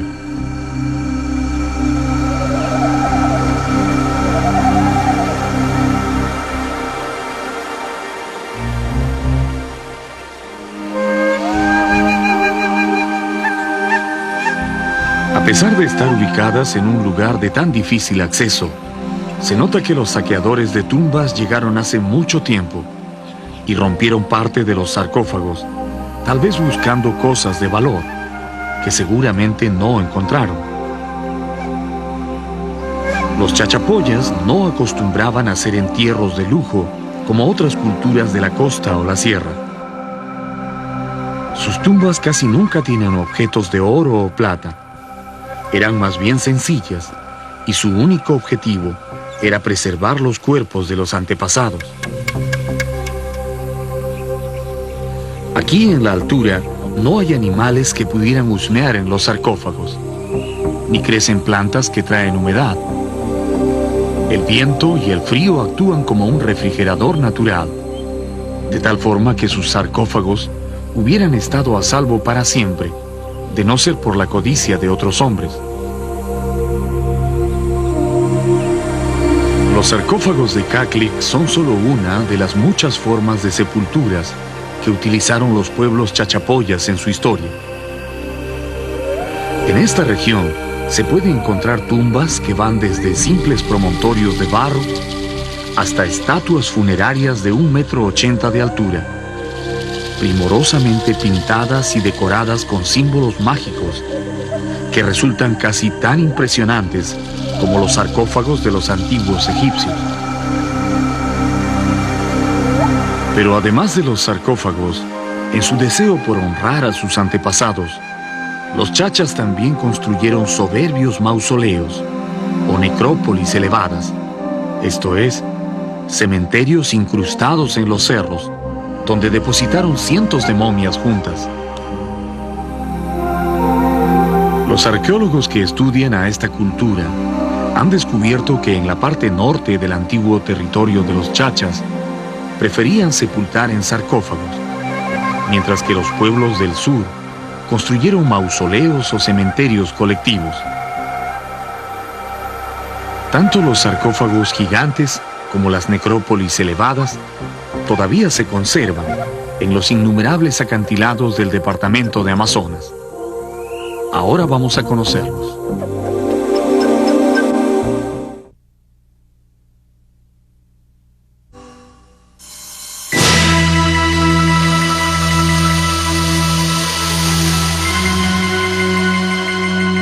Cuando uno piensa en un cementerio, normalmente se imagina un lugar tranquilo y fácil de llegar, donde los cuerpos de los antepasados descansan para siempre.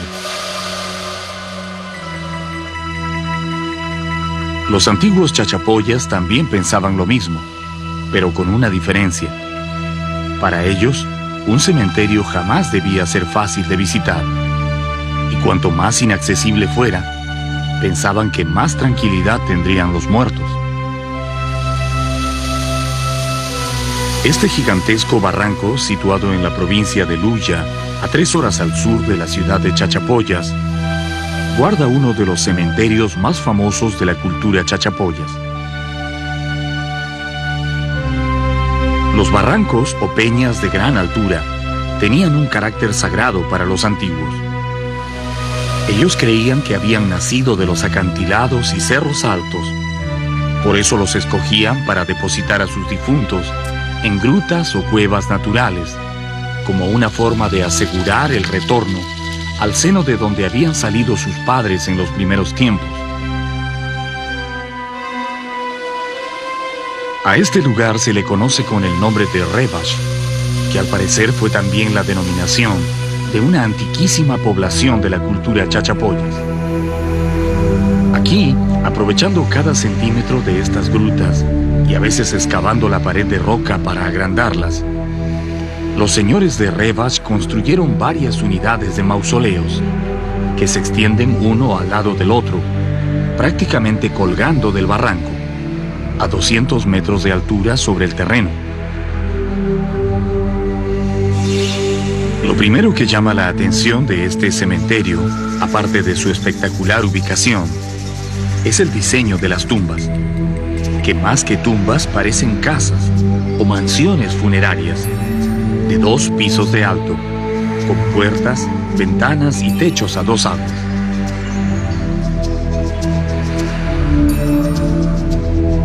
Como todos los sitios sagrados de los chachapoyas, el conjunto está pintado de rojo intenso y decorado con figuras de camélidos, felinos, círculos bicolores y otros motivos simbólicos asociados a la vida más allá de la muerte.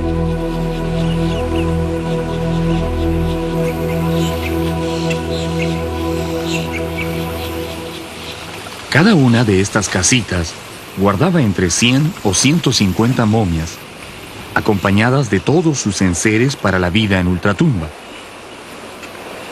Pero todas fueron sistemáticamente saqueadas en el pasado por hombres que se llevaron no solo los fardos funerarios, sino también las telas envoltorias y las ofrendas de cerámica y madera.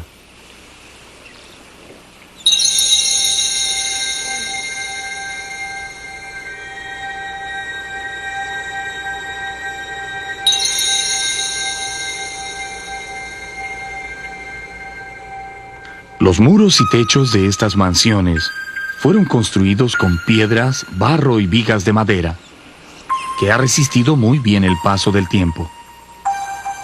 Los daños que se notan en las estructuras son obra de los saqueadores, que rompieron muchas de las paredes y techos en busca de tesoros.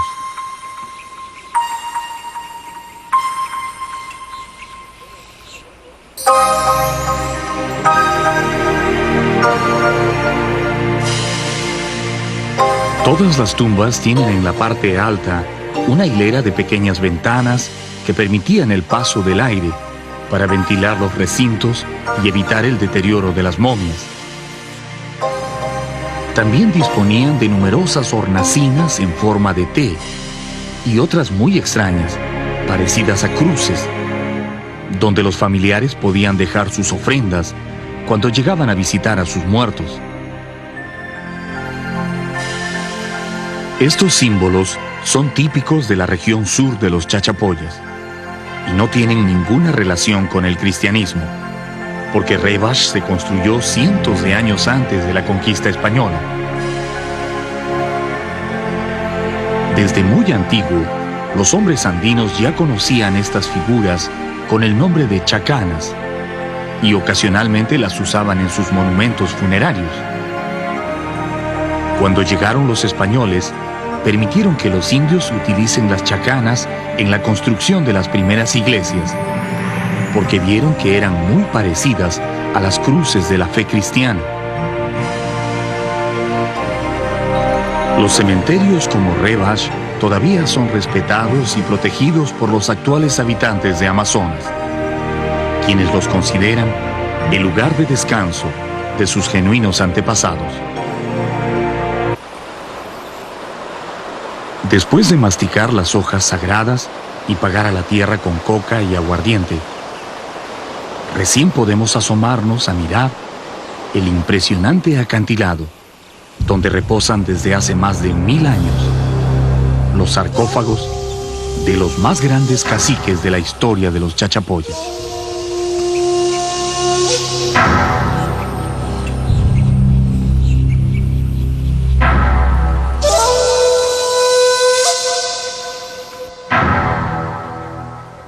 Estos son los Purum Machos, los viejos antepasados, los señores que hicieron grande a la nación Chachapoya muchos siglos antes de la llegada de los incas. Su nombre no solo significa antepasados, sino también padres y caciques eternos.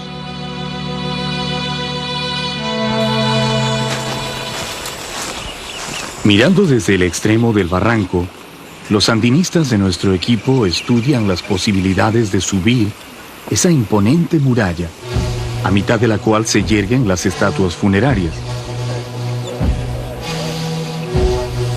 Desde la cumbre del acantilado hasta los Purum Machos hay 60 metros de distancia, y de allí al suelo otros 150 metros de caída vertical hasta el río. De una sola mirada, los andinistas descartan las posibilidades de escalar el farallón. La pared está formada de roca caliza muy resistente, pero también hay grandes tramos de tierra suelta y roca podrida. Ninguna de las plantas que crecen sobre el muro serviría para sujetar una soga. Entonces, ¿cómo hicieron para subir los Chachapoyas? ¿Izaron las estatuas desde el suelo o las construyeron en el lugar?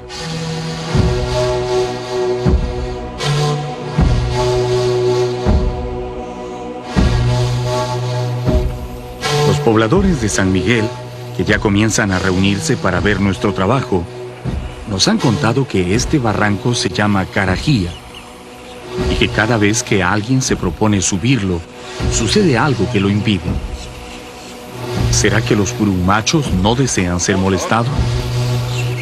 No lo sabemos, pero cuando los andinistas empiezan a preparar sus cuerdas, una suave llovizna comienza a caer sobre Carajía.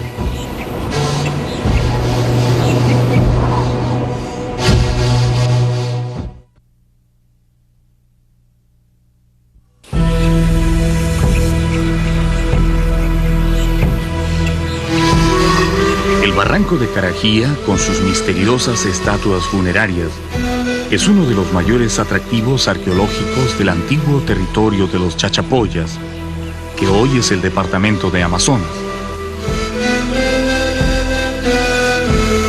Lo más extraordinario de estas tumbas con forma humana es que debido a su emplazamiento en la mitad de un abismo, nunca fueron tocadas por los ladrones de santuarios y se mantienen milagrosamente intactas y en la misma posición en que las dejaron hace cientos de años.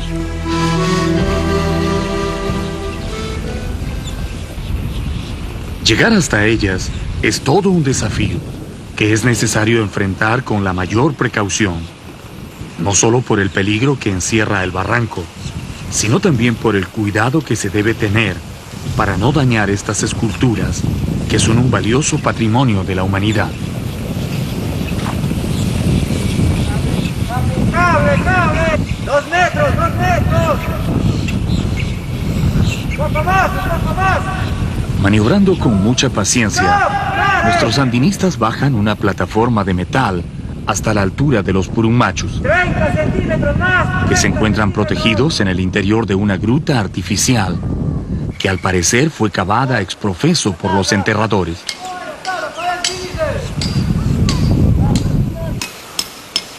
El descenso es lento y muy peligroso.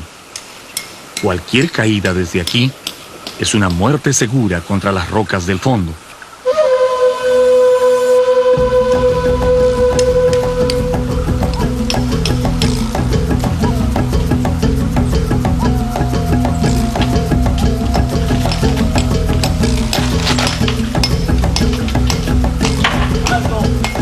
Tal como los sandinistas habían pensado, la roca del barranco está totalmente podrida y se desprende al menor contacto.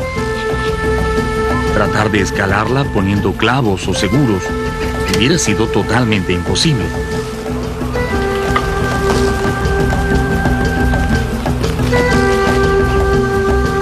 Cuando la plataforma ya está en posición, nos descolgamos uno por uno, tomando todas las precauciones y confiando en que el pago que hicimos a la tierra al comenzar el día haya sido del agrado de estos señores, que descansan erguidos e impasibles en su privilegiado mirador.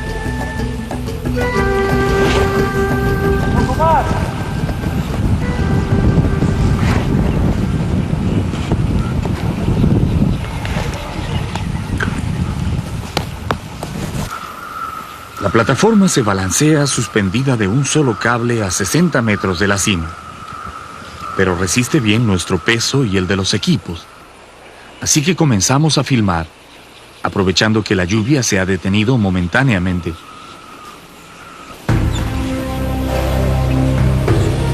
Como ocurre con todas las sepulturas andinas, los Purumachus están orientados hacia el este. Los enterradores quisieron que durante toda su muerte pudieran disfrutar del magnífico paisaje de este valle y también de la salida del sol por encima de las montañas que alguna vez fueron sus dominios.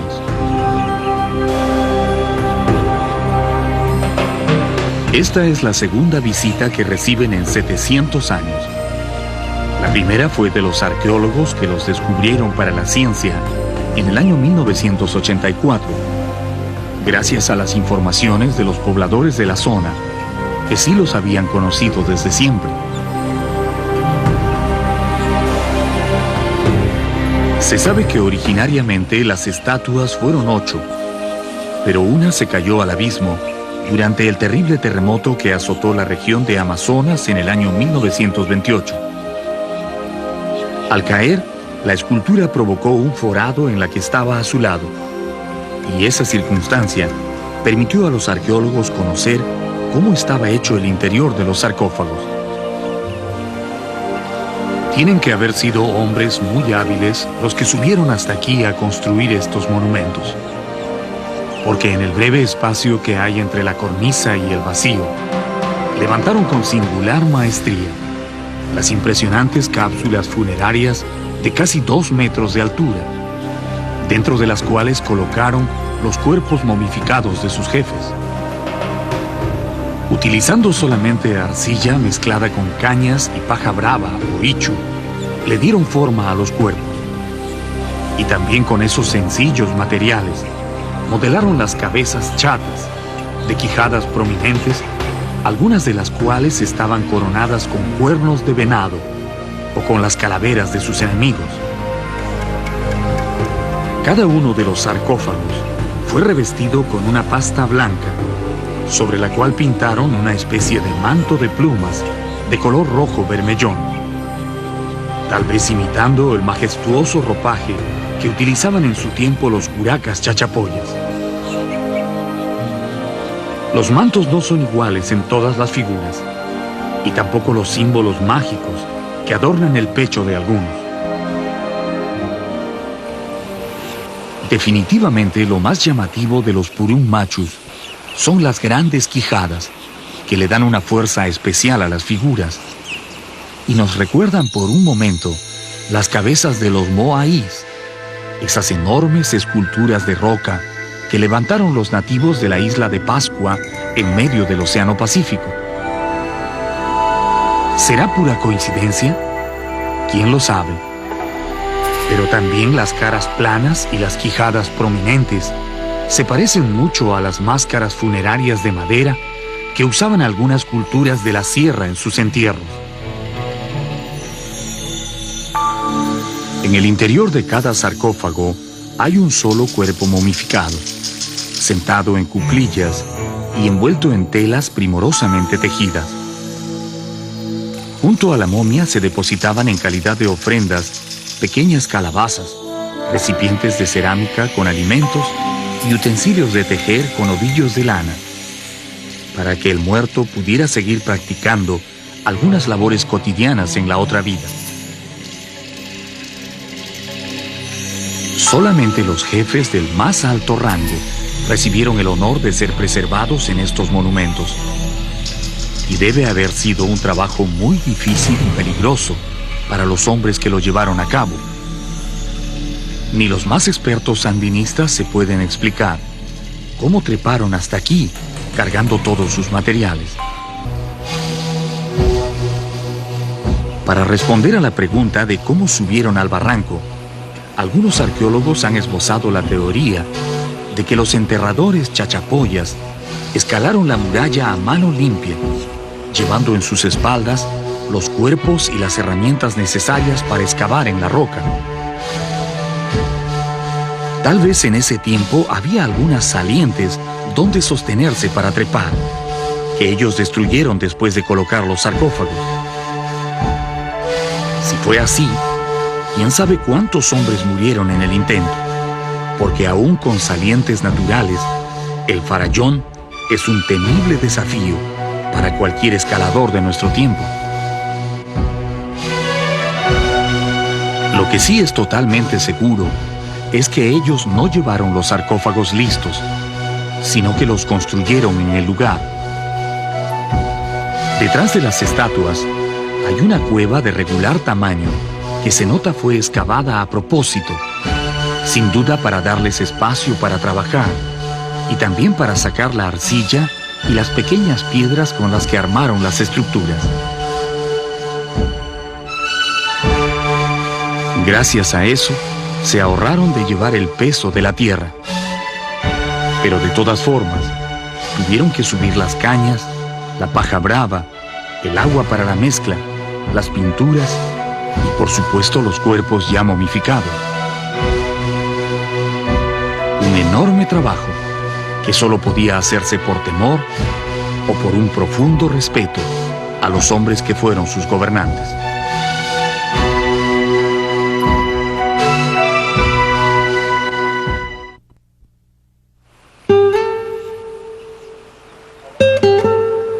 Los espléndidos sarcófagos que los antiguos chachapoyas les hicieron a sus curacas para que disfruten del descanso eterno, nos dan una idea del enorme respeto que estos difuntos inspiraban en la gente de aquel entonces. Solo la nobleza se enterraba en sarcófagos. Los hombres comunes dormían bajo tierra. Según los historiadores, Los nobles chachapoyas eran considerados hijos de los dioses y se creía firmemente que aún después de muertos seguían protegiendo a sus pueblos. Así como los incas eran de origen divino, del sol, de la luna, también en las etnias regionales, sus noblezas, sus curacas, eran de origen divino. Tenían que conservar sus cadáveres, porque los cadáveres eran una especie de divinidades protectoras que guardan el porvenir de la etnia. La etnia se preocupa muchísimo por conservar los cadáveres de sus jefes, de sus reyes, de sus fundadores, para lograr así la continuidad étnica. Este es un típico sarcófago de Chachapoyas. Se trata de una de las dos formas de dar sepultura a ilustres difuntos. Al lado de una réplica en tamaño natural de un Purum Machu, el doctor Federico Kaufmann-Doig nos hace notar algunos detalles especialmente interesantes de estos sarcófagos. La nariz, grande y ganchuda, tiene la forma del pico de un ave de rapiña. Y el manto que cubre el cuerpo parece un plumaje dispuesto para emprender el vuelo hacia la eternidad. El sarcófago exalta el espíritu del difunto. Lo invita a elevarse y extender sus alas protectoras por encima de su pueblo. La pintura de guerra sobre el rostro recuerda sus hazañas en el campo de batalla. Y la calavera que adorna el gorro puntiagudo es un trofeo que lo presenta como un vencedor ante los dioses.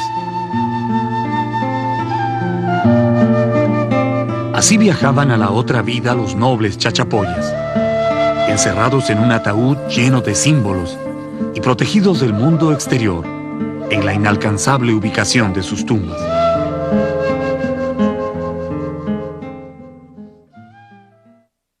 ¿Qué hubiera pasado si uno de estos sarcófagos era alcanzado y destruido por manos extrañas?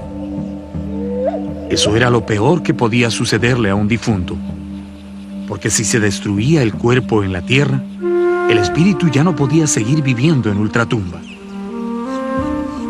Para los chachapoyas, así como para todas las culturas del Perú antiguo, la vida en el más allá estaba condicionada a que el cuerpo se mantuviera intacto en la tumba.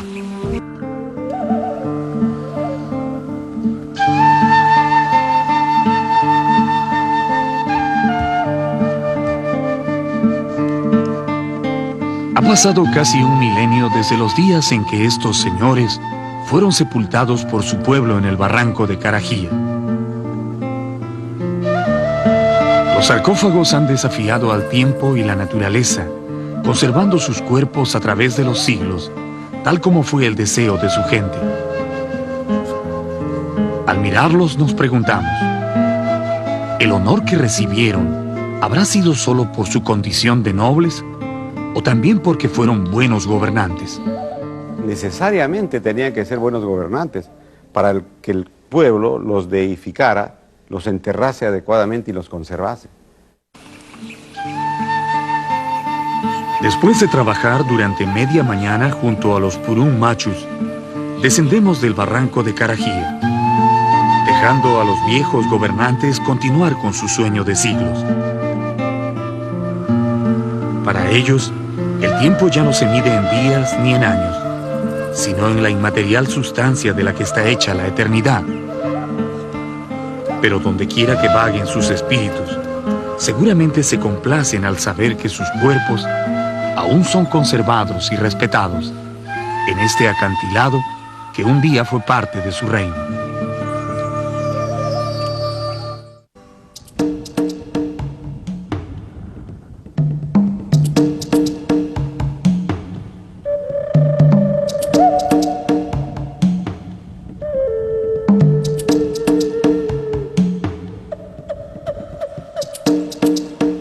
En el interior del departamento de Amazonas existen todavía muchas tierras totalmente inexploradas y vírgenes que no aparecen en los mapas y que ni siquiera tienen un nombre definido.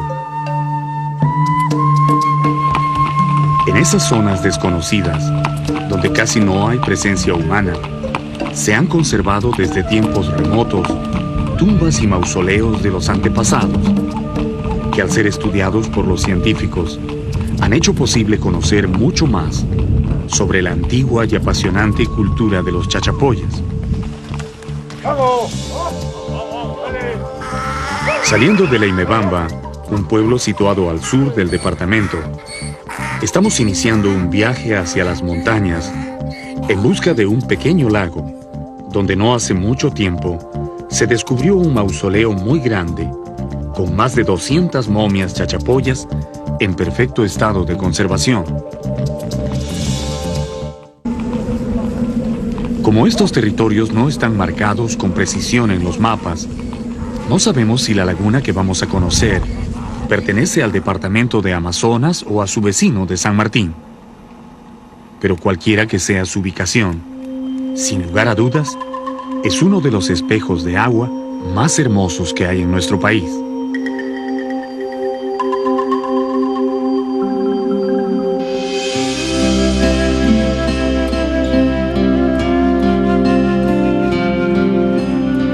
La laguna de los Cóndores parece una perla negra reposando en el fondo verde de la selva.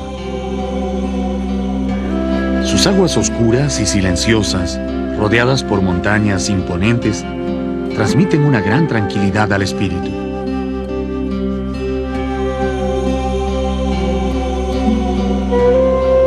Al observar el paisaje desde lo alto, da la sensación de estar ingresando en un templo de la naturaleza, donde el tiempo está eternamente detenido. Este fue el escenario perfecto que los chachapoyas eligieron cientos de años atrás para sepultar a sus personajes más importantes. Pero se cuidaron de disimular bien las tumbas, situándolas lejos del alcance de los profanadores. El mausoleo se encuentra en la mitad de este cerro, a 120 metros de altura sobre la laguna. Desde lejos no se puede ver nada, pero al llegar, uno se da cuenta de la gran habilidad que tuvieron para escoger el sitio exacto donde sus difuntos pudieran conservarse para siempre.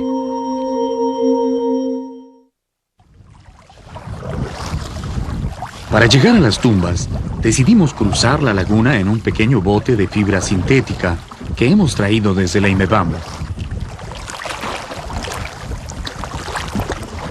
También se puede ir caminando por el monte, pero tarda más de 2 horas, y el paisaje no es tan hermoso como yendo por el agua.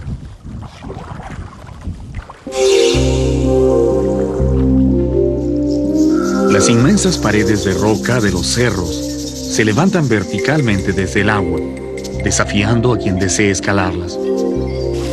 Parece imposible subir por ellas, pero en las escasas salientes se ven restos de entierros antiguos, lo que significa que debe haber otros modos de llegar hasta arriba.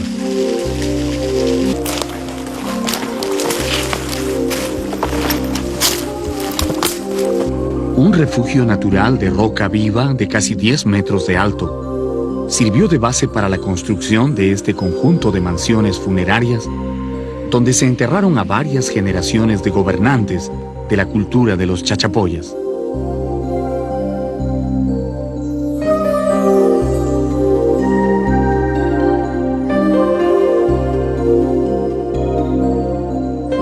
Hechos de piedra unida con barro, los mausoleos tienen el típico estilo de la arquitectura de los chachas. Aquí se ven los decorados de roca en zigzag, las pequeñas ventanas trapezoidales y las pinturas de color rojo, que son frecuentes en todos los sitios sagrados de esta cultura.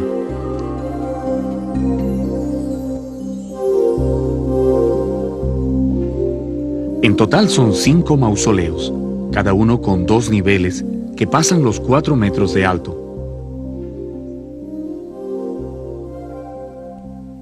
Ahora están totalmente vacíos, pero cuando los arqueólogos llegaron aquí por primera vez en el año 1997, encontraron adentro más de 220 momias de hombres y mujeres, cuidadosamente envueltos y protegidos en sus mantos funerarios.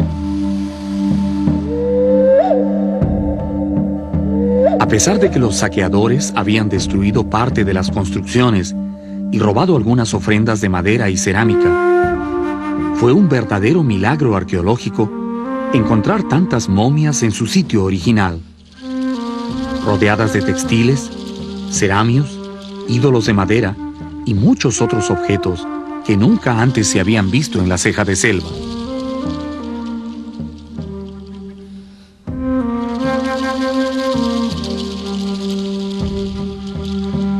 Gracias a esos objetos, los investigadores descubrieron muchas cosas interesantes.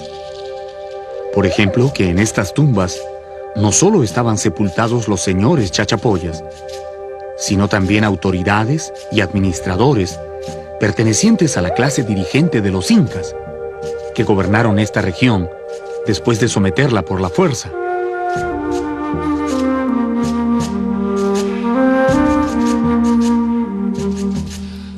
Los quipus y los aríbalos, que son objetos típicamente incaicos, se encontraron en abundancia dentro de los mausoleos. Y eso solo puede significar que después de conquistarlos, los mismos incas siguieron usando los sitios sagrados de los chachapoyas para enterrar a sus muertos. Este hombre podría haber sido un quipu camayo al servicio del incario. La técnica de momificación que usaron los chachapoyas y que logró preservar los cuerpos por cientos de años, a pesar del húmedo clima de la selva, es algo que también sorprende a los investigadores.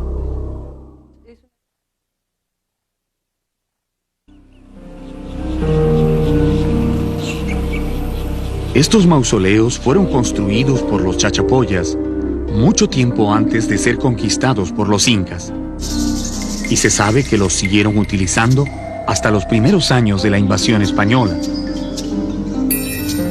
Después de enterrar a sus difuntos, los familiares los visitaban periódicamente, llevando como ofrendas sus comidas favoritas y también mudas de ropa limpia para reemplazar a las gastadas. No se conoce en qué momento de la historia los chachas abandonaron definitivamente estos cementerios. Lo que sí es seguro es que se cuidaron muy bien de no divulgar el secreto de su ubicación, lo que los salvó de la destrucción que imponían los sacerdotes de la fe cristiana a los sitios sagrados de los indios.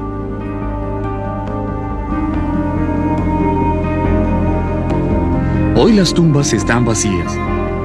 Los investigadores decidieron llevarse todas las momias para evitar que continúe el saqueo.